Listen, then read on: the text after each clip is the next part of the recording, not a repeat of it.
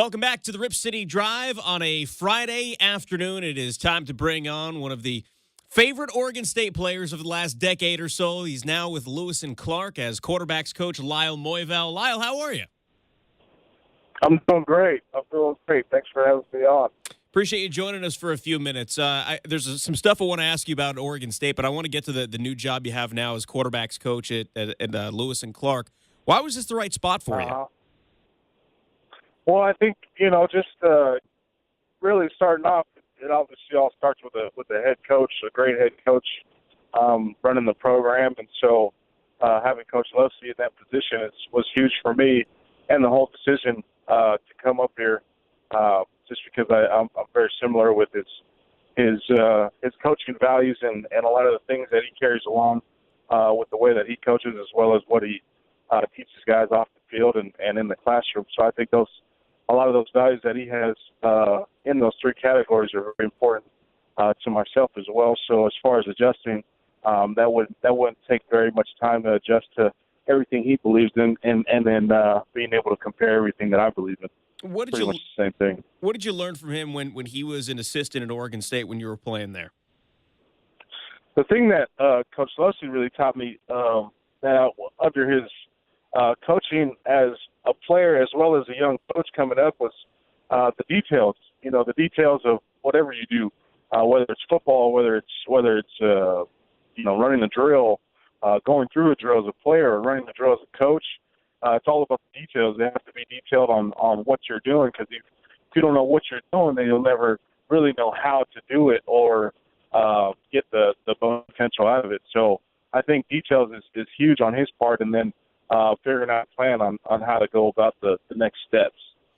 You're coming to a program that hasn't had much success in the last couple of years, 0-18 in the first 2 years under Jay Losey, but he's a guy that's won at this level before. He won a national championship at Linfield, was there for a long time.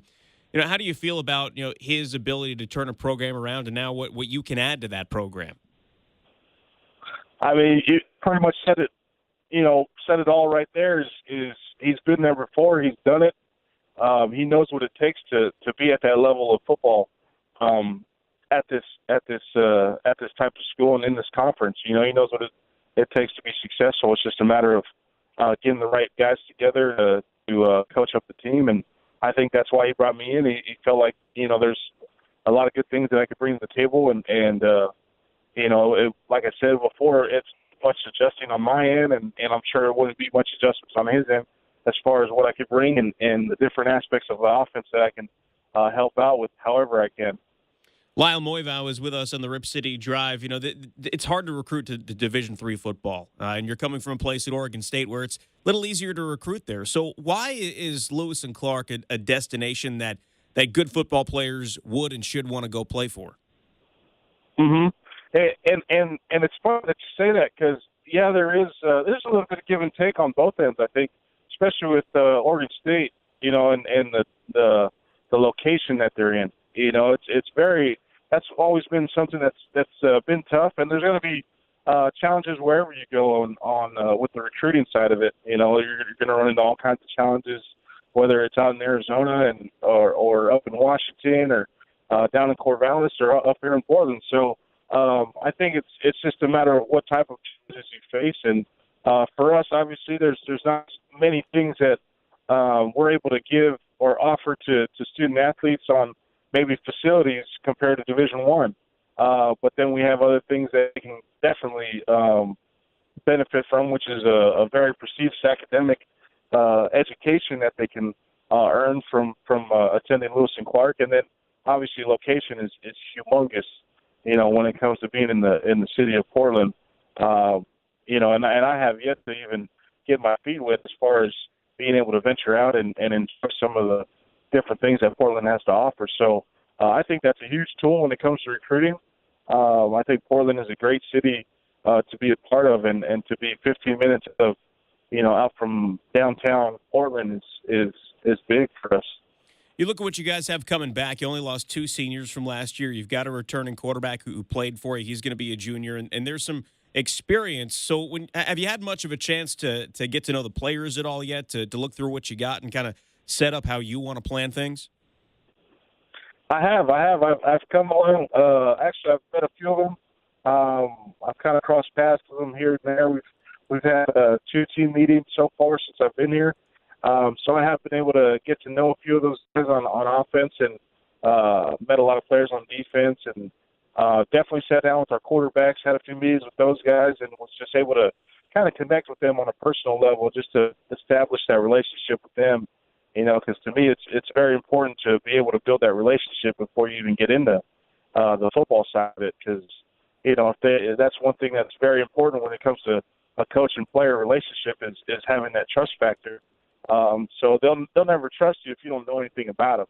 You definitely got to build that trust factor before they can actually learn from you. So that's just one thing that I've experienced, not just as a player, but as a young coach coming up, is they're always more receptive to what you have to say if they know that you care for as a person. Lyle Moevao is with us on the Rip City Drive, former Oregon State quarterback. He is now the quarterback's coach at Lewis and Clark. You had an opportunity to work with Gary Anderson the last couple of years, and I know Beaver fans feel like they're close to turning the corner there. But when you work with a guy that everybody that has anything to say about him is good, and he's just such the kind of guy that you want to play for. Even a guy like me who doesn't play football, has never played football, I want to go play for Gary Anderson. What do you take away from your time working with him? I mean, he's just a tough coach, and he's tough on kids as far as making things challenging in all aspects of life. But it's for the benefit of the kid in the long run, and it's not going to be easy every day going through an everyday schedule as an Oregon State Beaver. But in the end, you'll definitely learn how to fight through adversity and be able to face the challenges in the face. And not only that, but if he surrounds you like he has with the staff that he has now, he's going to surround you with people that always prepare you for those different situations that present themselves. So being with Coach Anderson, it was very great for me to experience the way that he runs his program. And like I said, he's just a tough head coach. He's a tough person. He's tough-minded, and that's to me, that's what that's one of the things that he's big on, and sticking strong to those values that he holds at Oregon State. I mean, you got to be a tough player, tough-minded, physically tough, and all those things to be able to succeed at that level. And if you're not, then it's probably not a good fit for you, and it's going to be hard. It's going to be rough riding until you either learn to adjust, or choose elsewise. I want to go back to the 2007 Civil War. That was the last time, of course, Oregon State beat Oregon before this past year. It was down in Eugene. It was on the road, obviously a hostile environment. Nobody had won on the road in that series in about a decade or so. So take me through your thoughts in double overtime as you get the ball to Rodgers and end up winning the game in double overtime. Well, even to take it a little bit further back than that, even before that, as we were going into that situation of taking the field, I kind of just took a little bit of time to myself and separated myself from the huddle that we had on the sideline. Because if I recall correctly, we were kind of going back and forth of scoring throughout each overtime. So when it was our time to take the field again, that one last time before our defense took the field and made the stop, I kind of just separated myself from the huddle and looked up at the stands and just thought to myself, man, this is huge. This is every kid's dream growing up, is to be on a stage as big as this one. And, so it was just one of those moments where I was able to kind of reflect on everywhere I've been and how far I had gotten at that point. And I was just very grateful and happy for all the opportunities that I was given and for the great, coaching that I was, blessed with growing up in the game of football. Was it a little sweeter winning that one in Autzen? Oh yeah, most definitely. I mean, anytime you win against the Ducks, it's always sweet. Matter of fact, it's sweet for 365 days. Matter of fact, right?